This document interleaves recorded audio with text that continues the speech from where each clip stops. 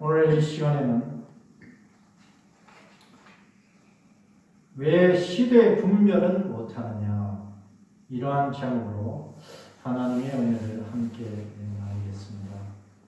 오늘 본문에서 예수님은 이렇게 말씀하셨습니다. 날씨는 분별을 할 줄 알면서 왜 시대 분별은 못하느냐, 이렇게 말씀하셨습니다. 개정 이전에 종전의 성경보다는 너희가 천기는 분별할 줄 알면서 왜 시대 분별은 못하느냐, 이렇게 말씀하셨죠. 이걸 바뀌어가지고 날씨는 분별할 줄 알면서 왜 시대 분별은 못하느냐, 이렇게 바뀌었습니다. 오늘 예수님께서 그렇게 이제 말씀하신 그 내용도 우리가 함께 생각해보고, 또한 그렇게 분별을 못한 사람들이 어떻게 되었는지 그것도 살펴보려고 합니다.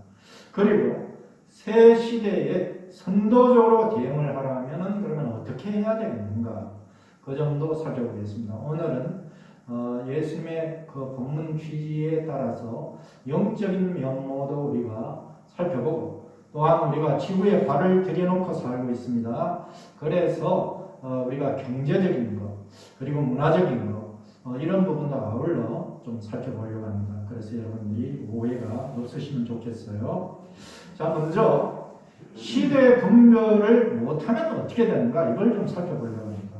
오늘 본문에서는 예수님은 그 대상을 사두개인과 바리새인들을 대상해서 예수님이 말씀하셨습니다. 이 참고로 사두개인 속에는 누가 들어가 있습니까? 당시에 종교 지도자들이 포함되어 있습니다. 대제사장들이나 이런 사람들이 사두개인 출신이에요.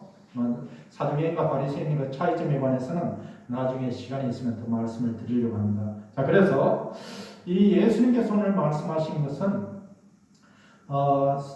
그 대제사장들, 그 이외에도 장로들, 종교 리더들, 그 이외에도 이제 율법사들, 바리새인들을 포함해서 서기관들, 이러한 그러한 사람들이 이제 예수님께 표적을 구했기 때문에 예수님께서 이제 말씀을 하셨는데, 예수님의 말씀의 요지는 너희가 시대 분별을 못하기 때문에 너희들이 너무 힘드는구나.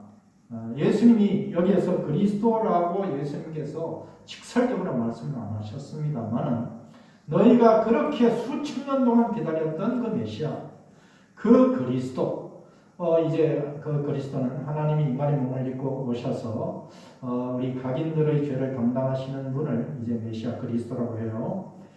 그래서 이 사두개인들과 바리새인들이 그 점을 바로 꿰뚫어보고 알았으면은 예수님의 말씀을 듣고 그대로 어떻게 했습니까? 예수님의 첫마디가 회개하고 복음을 믿으라, 이렇게 말씀을 하셨는데, 그들이 회개하고 그리고 이제 예수님의 말씀을, 그게 이제 복음인데, 복음이라는 건 하나님의 복된 말씀이에요. 그걸 듣고 구원을 받았을 것입니다. 그런데 그들이 어떻게 했습니까? 예수님을 멸시했습니다.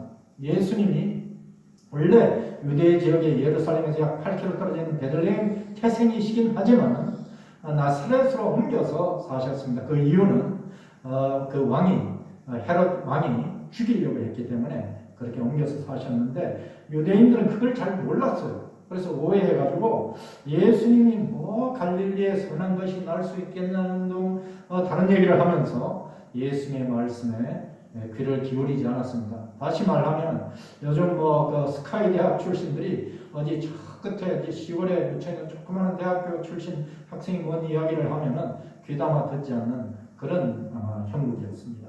그래서 결과가 어떻게 됐습니까? 이 시대 분별을 하지 못한 사두개인과 바리새인들은 어떻게 됐습니까? 그들은 회개하지 않았습니다. 그들은 하나님의 말씀인 그걸 복음이라고 하는데 그거를 믿지 않았기 때문에 어떻게 됐습니까? 그들은 천국에 가지를 못했습니다. 불행하게도 지옥에 가게 된 것입니다. 회개하고 복음을 믿을 때 우리는 그것을 통해서 이제 천국에 갈 수 있기 때문에 그렇습니다. 자, 그 다음에 제가 경제적인 것, 정치적인 것, 문화적인 것도 곁들여서 살펴보기 때문에 그랬습니다. 오늘 제가 그래서 그 점을 조금 이야기를 할 테니까 여러분이 이해를 하셔야 됩니다. 자, 시대 분별을 못한 두 번째 사례를 제가 말씀을 드리려고 합니다. 조선을 살펴보려고 합니다. 조선. 1890년도 1910년 사이에 조선은 어떻게 됐는지 그거 좀 살펴보려고 합니다. 자, 조선은 1890년에 조금 그 이전부터 카운트하겠습니다. 1866년 그때부터 제가 카운트를 할게요. 일본 명치 유신은 1864년입니다. 고종이 즉위한 것이 1866년입니다. 자, 이 조선이 어떻게 망했는가? 거기에서 우리가 교훈을 받아야 됩니다. 우리는 이 역사를 잊지 않아야 돼요.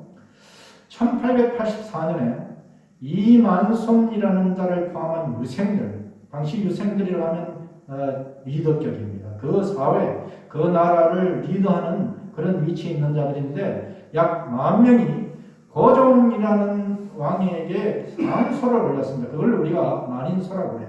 그 상소의 내용은 뭐냐? 김홍길이나 이런 자들이 머리 깎고 새로운 문물을 받아들이자 하는 거 그런 말을 많이 듣지 마세요. 그러면서 공자왈 맹자왈을 우리는 계속해야 됩니다. 그리고 상투를 짜다니 천하의 그런 상놈들이 있느냐고. 상투도 짜면 안 되고 우리는 우리끼리 이렇게 이런 세월을 우리는 보내야 됩니다. 그렇게 유생들이 올린 이면에는 제가 개인적으로 이렇게도 생각합니다. 당시 조선은 축첩사회였습니다. 첩을 들여야 남자들이 행세하고 뭔가 어스되는 사회였어요. 그래서 축첩도 마음대로 해야 되는데 세상이 바뀌어버리면 이제 아내도 하나밖에 못 가지는 거예요. 그래서 그런 것이 싫어서 그 이외에도 다른 요인들이 있겠지만 상소를 올렸습니다. 그걸 약 10,000명이 올렸다고 해서 만인소라고 해요. 이만손이 주동이 돼서 올렸습니다. 결과가 어떻게 됐습니까? 자, 여기에서 우리나라 약 4,000, 5,000년 역사 가운데 가장 어리석은 왕이 누구였습니까? 저는 고종이라고 봅니다. 그 고종이 그 유생들이 올린 그 상소를 보고 엄히 꾸짖어야 됐습니다. 그래야 나라의 운명이 바뀌었어요. 그런데 어떻게 됐습니까? 내가 왕을 더 해먹어야지. 너희들 참 상소를 그래 올려주니 고맙다. 그대로 어떻게 했습니까?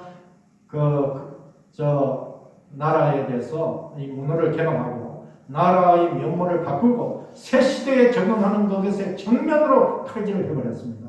그래서 그 나라가 어디 됐습니까? 조선이 어디 됐습니까? 그로부터 불과 26년 후에 을사 보조야 요즘은 늑약이라고 합니다만은 그거로 카운트 치면은 한 21년 후에 나라가 망해버려요.